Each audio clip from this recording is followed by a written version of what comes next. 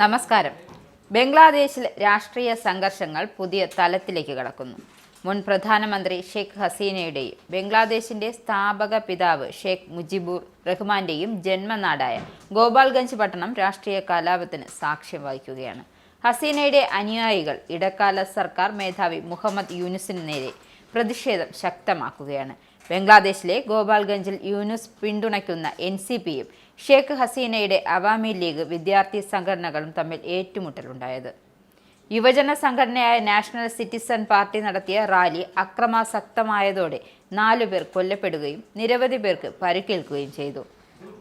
സ്ഥിതിഗതികൾ രൂക്ഷമായതിനെ തുടർന്ന് അധികൃതർ കർഫ്യൂ ഏർപ്പെടുത്തി. ഈ അപ്രതീക്ഷിത അക്രമങ്ങൾ ബംഗ്ലാദേശിന്റെ രാഷ്ട്രീയ ഭാവിയെക്കുറിച്ചുള്ള ആശങ്കകൾ വർദ്ധിപ്പിക്കുകയാണ്. വിദ്യാർത്ഥികളുടെ നേതൃത്വത്തിലുള്ള NCP ഗോപാൽഗഞ്ച് ജില്ലയിലേക്ക് മാർച്ച് നടത്താൻ ഒരുങ്ങിയതോടെയാണ് സംഘർഷങ്ങൾക്ക് തുടക്കമായത്. മുൻ പ്രധാനമന്ത്രി ഹസീനയുടെ പാർട്ടിയായ അവാമി ലീഗിന്റെ 100 കണക്കിന് അനുയായികൾ പോലീസുമായി ഏറ്റുമുട്ടിയതോടെ ഗോപാൽഗഞ്ച് ഒരു യുദ്ധക്കളമായി മാറുകയായിരുന്നു. എന്നാൽ NCPയെ തടയാൻ സാധാരണക്കാരും ബംഗ്ലാദേശ് നാഷണലിസ്റ്റ് പാർട്ടി പോലും പ്രാദേശിക അവാമി ലീഗ് നേതാക്കളുമായി കൈകോർത്തു എന്ന റിപ്പോർട്ടും പുറത്തുവരുന്നുണ്ട്. ഇത് രാഷ്ട്രീയ ചേരിതിരിവുകൾക്കപ്പുറം വലിയൊരു ജനകീയ രോഷത്തിന്റെ കൂടി സൂചനയാണ് നൽകുന്നത്. പ്രതിഷേധങ്ങൾ അക്രമാസക്തമായതോടെ പോലീസിന് വെടിയുതിർക്കേണ്ടി വന്നു. കൊല്ലപ്പെട്ടവരിൽ 2 പേരെ തിരിച്ചറിഞ്ഞു. വെടിയേറ്റ് പരുക്കുകളോടെ ഗോപാൽഗഞ്ച് ജനറൽ ആശുപത്രിയിൽ പ്രവേശിപ്പിച്ച ഇരുവരെയും മരിച്ച നിലയിൽ കണ്ടെത്തുകയായിരുന്നു. വെടിയേറ്റ 9 പേർ ആശുപത്രിയിൽ ചികിത്സയിലാണെന്നും ഡോക്ടർമാർ വ്യക്തമാക്കി.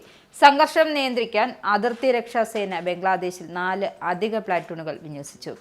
ഏകദേശം 200 പേരടങ്ങിയ ഈ സേന സംഘർഷത്തിൽ ഉൾപ്പെട്ടവർക്കെതിരെ കർശന നടപടിയെടുക്കുമെന്നും അധികൃതർ വ്യക്തമാക്കി.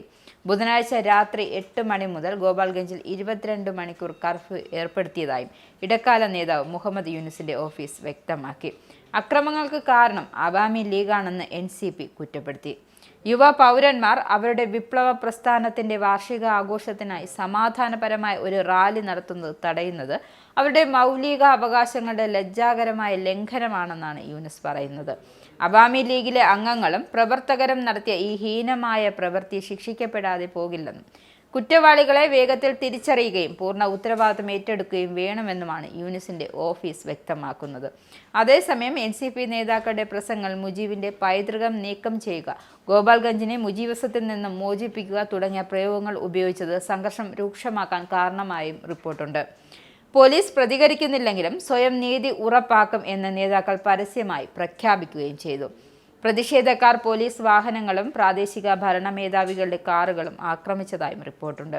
NCP നേതാവ് സർജിസ് ആലം തങ്ങളുടെ വാഹന വ്യൂഹത്തിനു നേരെയുണ്ടായ ആക്രമണത്തെ അപലപിക്കുകയും നിരോധിത അവാമി ലീഗിലെ അംഗങ്ങൾക്കെതിരെ ചെറുത്തുനിൽപ്പിനായി ഗോപാൽഗഞ്ചിലേക്ക് എത്താൻ ആഹ്വാനം ചെയ്യുകയും ചെയ്തു. ഗോപാൽഗഞ്ചിൽ കൊലയാളി ഹസീനയുടെ ഏജന്റുമാർ ഞങ്ങളെ ആക്രമിച്ചുവെന്നും പോലീസ് വെറുതെ നിൽക്കുകയാണ്, നാടകം കണ്ട് പിൻവാങ്ങുകയാണ് എന്നും ആലം ഫേസ്ബുക്ക് പോസ്റ്റിൽ വ്യക്തമാക്കി. ബംഗ്ലാദേശിൽ രാഷ്ട്രീയ അസ്ഥിരത വർദ്ധിക്കുന്നതിന്റെ സൂചനകളാണ് ഈ സംഭവങ്ങൾ. പ്രതിപക്ഷ പാർട്ടികൾ ഷെയ്ഖ് ഹസീനയുടെ സർക്കാരിനെതിരെ നടത്തുന്ന പ്രതിഷേധങ്ങൾ കൂടുതൽ അക്രമാസക്തമാകാനുള്ള സാധ്യതയുണ്ട്. ഇത് രാജ്യത്ത് കൂടുതൽ സാമൂഹികവും രാഷ്ട്രീയപരമായ പ്രത്യാഘാതങ്ങൾക്ക് വഴിവെച്ചേക്കാം. വരും ദിവസങ്ങൾ ഗോപാൽഗഞ്ചിലെയും ബംഗ്ലാദേശിലെയും സ്ഥിതിഗതികൾ എങ്ങനെ മാറുമെന്ന് ഉറ്റുനോക്കുകയാണ് ലോകം.